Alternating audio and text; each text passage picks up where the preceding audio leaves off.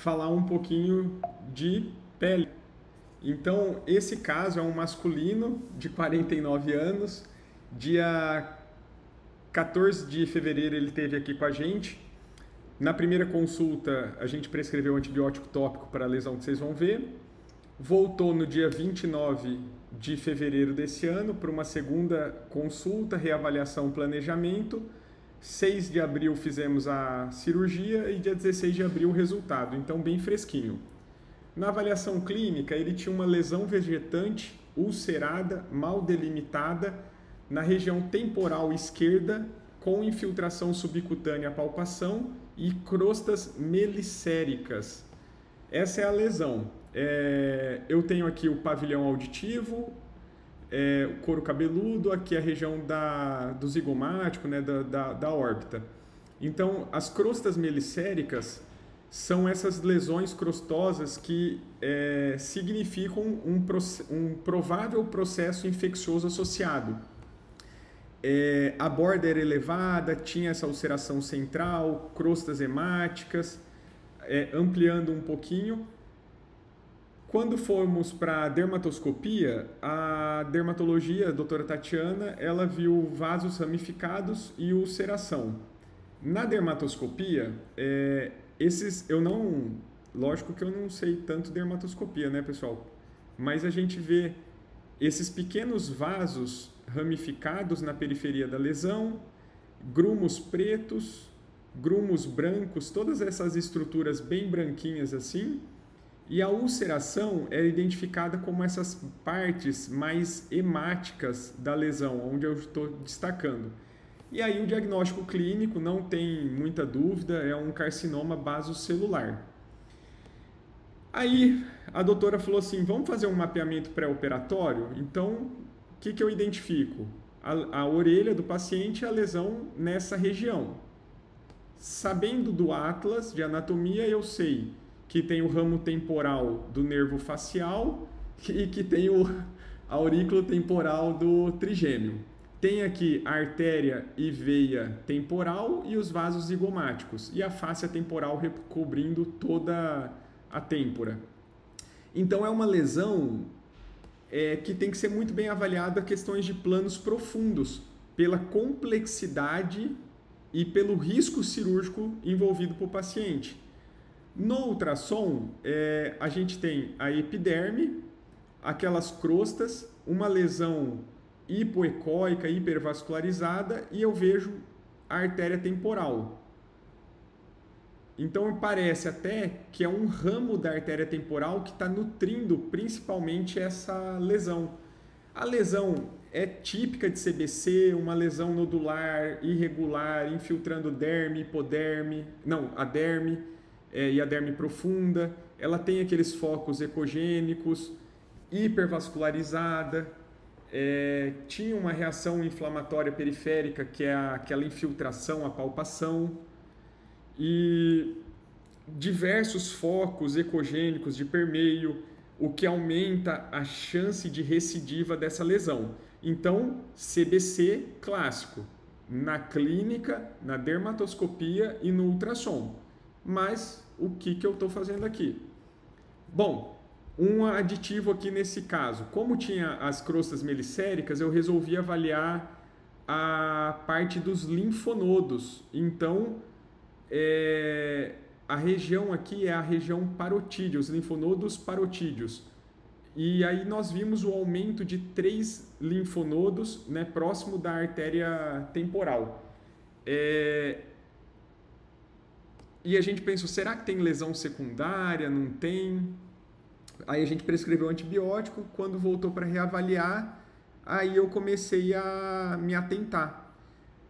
Circundando aqui a artéria temporal, nós vemos essa estrutura mais tubular, com bordas periféricas hiperecóicas, regiões centrais anecóicas, com aspecto fascicular.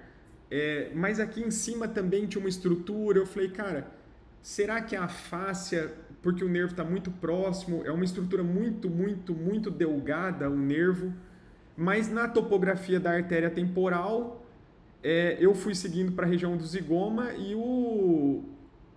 e a estrutura, o nervinho, tá, se aqui for a face, o nervo está acima. Mas será que tem uma variação anatômica? Será que é um ramo do temporal com um ramo do aurículo temporal? Porque aquela região é muito complexa. Então, esse início da avaliação a gente começa geralmente no tragus da orelha, próximo da emergência da parótida, e acha o nervo facial. E vamos seguindo. E aí já saem os ramos dele. Então, assim, eu não tenho dúvida que isso é um nervo. Então, a gente tem os raminhos, ali a gente viu uma bifurcação, tem ramo superficial, e aí, se for o ramo do facial, é motor. Se for o ramo do trigêmeo, é sensitivo. Na avaliação clínica, ele não tinha perda motora nem perda sensitiva. Por quê? Porque a lesão, apesar de infiltrar, ela não alcançava os nervos, mas no laudo eu destaquei isso. A doutora vai fazer a avaliação e tem que dar borda. Essa distância era menos de 2 milímetros. Então, será que o nervo não vai ser envolvido na lesão? E se for o facial? Falou, ó, esse caso aqui tem que ir para cirurgia de Mohs, né? Micrográfica. Paciente, não vou... Bom, enfim. Aí a gente... Qual que é a importância desse caso?